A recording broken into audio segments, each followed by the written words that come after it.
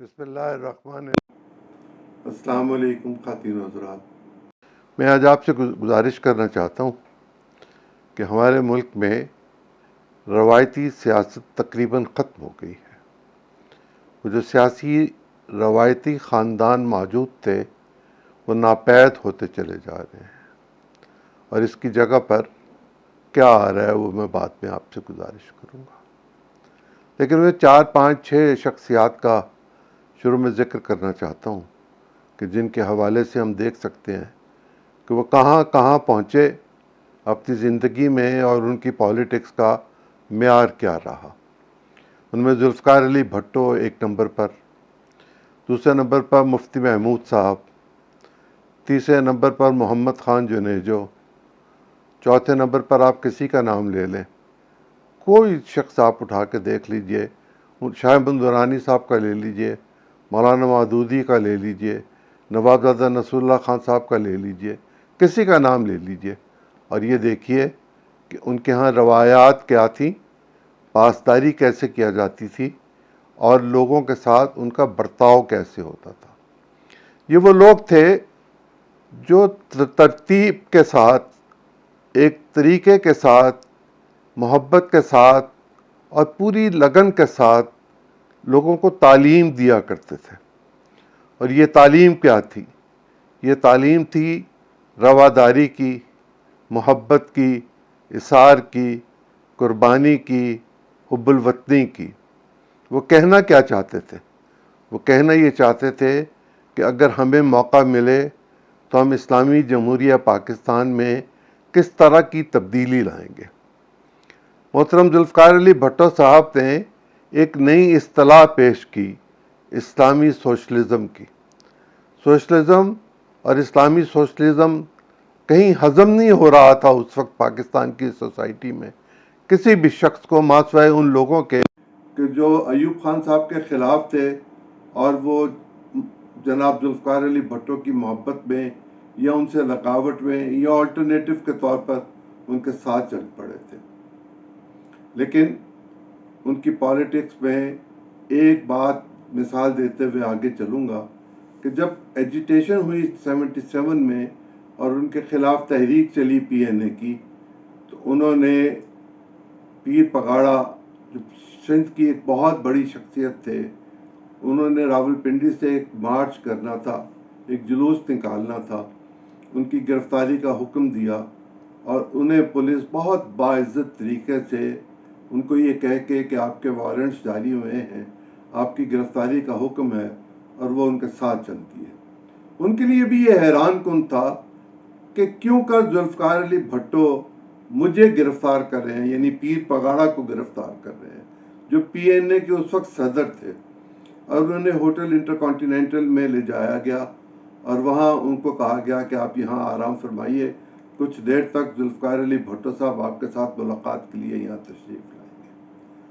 خود بھٹو صاحب ان کے پاس گئے، جو مذاکرات وہ کرنا چاہتے تھے وہ تھوڑے بہت جتنے بھی ہو سکتے تھے وہ کیے، لیکن کوئی بات بنی نہ، اور انہیں رہا کر دیا گیا۔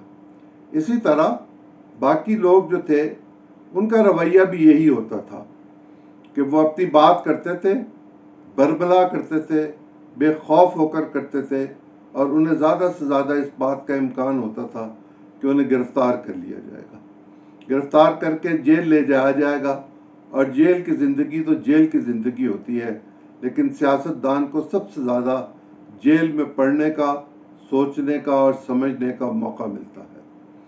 یہ خاندان جو ان روایات کو لے کر چل رہے تھے، ان کے لوگ فالوورز بھی تھے، لوگ ان کی بات مانتے تھے، یہ پولیٹیکل پارٹیز کو ہیڈ کرتے تھے۔ یعنی مفتی محمود صاحب کی جماعت کا آج اگر عالم دیکھا جائے تو مولانا فضل الرحمان تو ان کے صاحبزادے ہیں، ان کے پاس جو کچھ ہے وہ مفتی صاحب کا دیا ہوا ہے۔ اگر پیپلز پارٹی کو دیکھا جائے تو یہ ذوالفقار علی بھٹو صاحب کا دیا ہوا ہے۔ اگر محمد نواز شریف صاحب کی پالیٹکس کو بھی دیکھا جائے تو مسلم لیگ تو پیر پگاڑا اور محمد خان جنیجو کی تھی، جو ضیاء الحق نے ان کو لے کر دے دی تھی، اور بعد میں پھر مسلم لیگ تقسیم ہوئی۔ مسلم لیگ تو خیر 20 دفعہ تقسیم ہوئی، اور جانے پتہ نہیں کب کب کہاں کہاں تقسیم ہوتی رہے گی، اس کا والی وارث ہوگا کہ نہیں ہوگا، لیکن فی الحال مسلم لیگ پاکستان کی حکمران جماعت ہے اور سب سے بڑی جماعت ہے۔ اس پہ کوئی شبہ نہیں ہے. اس کے اندر بھی اختلاف موجود ہوتا تھا، بہت لوگوں کو بہت ساری چیزوں پر اختلاف ہوتا تھا. یہ پنجاب کے سابق گورنر میاں محمد اظہر کا ان کے ساتھ دوستانہ تھا، تعلق تھا، رشتہ تھا، ناطہ تھا، خاندانی مراسم تھے، لیکن اختلاف بھی تھا. خورشید قصوری کا اختلاف بھی تھا، فخر امام صاحب کا اختلاف بھی تھا، کرنل غلام سرور چیمہ کا اختلاف بھی تھا. لیکن اس کا مطلب یہ نہیں تھا کہ ان لوگوں کو سڑکوں پر رسوا کیا جائے، ان لوگوں کو مارا جائے، پیٹا جائے، ان کی تذلیل کی جائے. نہیں، ایسا کہیں کوئی تصور موجود نہیں تھا.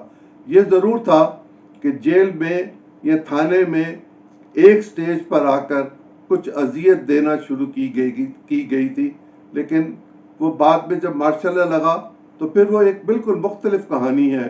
وہ تو خیر ہے ہی ایک بری کہانی، اس کا ذکر کر کے اپنے آپ کو زیادہ خراب کرنے کی کوئی ضرورت نہیں ہے. یہ کہنا چاہتا ہوں کہ خاندان، بڑے بڑے خاندان، مشہور خاندان، رسم و رواج کے قائل خاندان ایک دوسرے کے حریف ہوا کرتے تھے، ایک ہی علاقے میں رہتے ہوئے، ایک ہی حلقے میں. ایک زمانے میں پورے پاکستان میں 207 قومی اسمبلی کی نشستیں تھیں، 10 خواتین کی نشستیں تھیں. اور یہ جو لوگ الیکشن لڑتے تھے مختلف صوبوں میں، مختلف حیثیتوں میں، صوبائی اسمبلی کے بھی، قومی اسمبلی کے بھی، ان کے ورکرز کے درمیان تلخ کلامی تو ضرور ہوتی تھی، لیکن کہیں ہاتھا پائی نہیں دیکھی گئی، کہیں مار کٹائی نہیں دیکھی گئی، کہیں گولی چلنے کا معاملہ نہیں دیکھا گیا. اب صورتحال بالکل مختلف ہو چکی ہے. آج صبح میرے ایک بہت ہی محترم بزرگ دوست کا، جو پاکستان کے ایک بہت بڑے پولیٹیشین ہیں، ان کا فون آیا اور انہوں نے مجھے یہ کہا کہ عظیم چودھری صاحب، یہ جو آپ نے کل وی لاگ کیا ہے جس میں آپ نے یہ کہا ہے کہ الیکٹیبلز لوگ موجود ہیں. میں الیکٹیبل تھا، میں الیکٹیبل ہوں، میں الیکٹیبل رہوں گا، میرا بیٹا بھی رہے گا. لیکن میں آپ کو ایک بات کہہ دوں کہ پاکستان کی سیاست بدل چکی ہے. میرے والد بھی پاکستان میں سیاست کرتے تھے، میری اولاد بھی پاکستان میں سیاست کرتی ہے، لیکن جو منظر میں دیکھ رہا ہوں وہ یہ ہے کہ پاکستان کی کانسٹیچوئنسیز کا ووٹ اب شخصیات کا ووٹ نہیں رہا، یہ پولیٹیکل پارٹیز کے ووٹ میں تبدیل ہو چکا ہوا ہے. اور پنجاب میں جس طرح ووٹ تقسیم ہوا ہے ہم سب یہ جانتے ہیں. اور انہوں نے ساتھ یہ مجھے کہا کہ یہ جو نئی جماعت بنی ہے اور اس کے جن عہدیداران کا ذکر کیا گیا ہے کہ یہ اس کے عہدیداران ہوں گے، ان کو دیکھ کر تو شاید لوگ جانے سے انکار کر دیں. وہ لوگ جو جانا بھی چاہتے ہوں وہ رک جائیں گے. شاید ترین صاحب نے بہت جلدی کر دی ہے اپنے فیصلوں میں. انہیں رکنا چاہیے تھا، انہیں دیکھنا چاہیے تھا، انہیں سوچنا چاہیے تھا کہ ایک ایسا شخص جو صوبائی سطح پر جانا جاتا ہو اس کو آپ پارٹی کا پریزیڈنٹ بنا دیں، اور کیا وہ ملک کا وزیر اعظم ہوگا؟ اور ایک ایسا شخص جس پر الزامات کی بھرمار ہو پی ٹی آئی کے دور میں، اور وہ پی ٹی آئی کا سیکرٹری جنرل رہا ہو، اس کو آپ اپنی پارٹی کا سیکرٹری جنرل بنا دیں تو کیا لوگ اس کے ساتھ چلیں گے؟ کیا وہ لوگوں کے ساتھ جو ان کے تعلقات تھے اس کو وہ بھول جائیں گے؟ اب نہیں کوئی بھولتا ان کے بقول. اب لوگ وہ پرانی روایات کو کہ پالیٹکس ختم ہو گئی، سیاست ختم ہو گئی، الیکشن ہو گیا، نتیجہ آ گیا، تسلیم کر لیا، اب اپنے اپنے گھر کو چلیں، اپنا اپنا کام کریں، اور جو منتخب شخص ہو وہ پورے علاقے کا، پورے پاکستان کا منتخب شخص ہو، وہ اپنی ذمہ داریاں پورا کرے. اب گھروں میں لڑائی ہو چکی ہے، اب گلی محلوں میں لڑائی ہو چکی ہے، اب اختلاف ہے، شدید اختلاف ہے. اور یہ ایسا اختلاف ہے جو اس وقت تو خاموش نظر آ رہا ہے، لیکن ان کے بقول یہ خاموش نہیں رہے گا. انہوں نے مجھے کہا انتخاب ذرا ہونے تو دو، تمہیں پتہ چل جائے گا کہ نتائج کیا نکلیں گے. وہ تمام اعداد و شمار جو کوئی بھی اکٹھے کرتا ہے اسے چاہیے کہ وہ ذرا احتیاط کے ساتھ ان کو اکٹھا کرے تاکہ اس کو حقیقت کا پتہ چل سکے کہ پاکستان میں اس طرح کی سیاست اب نہیں ہے کہ ہم جس سے کاغذوں پر بیٹھ کر حساب کتاب کر کے، برادریوں کے ووٹ گن کے، برادریوں کے بزرگوں کے ووٹ گن کے، عزیزداریوں کے ووٹ گن کے، اور پھر وہ برادریاں جن میں بچے بیاہے یا بچیاں بیائی گئی ہوں ان کو ساتھ ملا کر انتخاب جیتنے کی بات کر سکے، دیہی علاقوں میں گروہ بندی کی بات کر سکے. انہوں نے کہا اب ایسا نہیں ہے. لیکن میں نے ان سے یہ کہا کہ یہ پاکستان میں ابھی نہیں ہو رہا، یہ ٹرمپ نے تو کیا، اور پاکستان میں جو کچھ ہوا پچھلے دنوں، اور پرٹیکولرلی 9 مئی کو جو کچھ ہوا، یہ ٹرمپ کے اس ایکٹ کے بعد ہوا، اس ایکٹ کے نتیجے میں ہوا، اس کی سوچ کے نتیجے میں ہوا کہ جس کے نتیجے میں امریکہ کی کانگریس کے ہال کو، جسے کیپٹل ہل کہتے ہیں، اس پر حملہ کیا گیا اور اس حملے کے الزام میں لوگوں کو گرفتار کیا گیا۔ اسی طرح کل ایک دوست بات کر رہے تھے اور وہ مجھ سے یہ کہہ رہے تھے کہ اگر پاکستان میں جن لوگوں کو گرفتار کیا گیا ہے انہیں قید ہو گئی، انہیں سزا ہو گئی، تو پاکستان کے بارے میں دنیا میں بہت اچھا نہیں سمجھا جاتا، انسانی رویوں کے ساتھ جو سلوک رکھا جاتا ہے اس پر۔ انسان دوستی کے ساتھ پاکستان کے ساتھ بہت زیادہ لوگ محبت نہیں کرتے۔ تو میں نے ان سے یہ گزارش کی کہ امریکہ تو چیمپئن ہے انسانی حقوق کا، وہاں لوگوں کو جو گرفتار کیا گیا تو اس کے بارے میں آپ کی کیا رائے ہے؟ تو ان کے پاس کوئی جواب نہیں تھا۔ لیکن میں پھر آخر میں یہ آپ سے گزارش کرنا چاہتا ہوں کہ اپنے اپنے قریب دیکھیے گا، اپنے گھر میں پہلے دیکھیے گا، کیا آپ کے دوست، آپ کے عزیز، آپ کے بہن بھائی آپ کی سوچ کے ساتھ متفق ہیں؟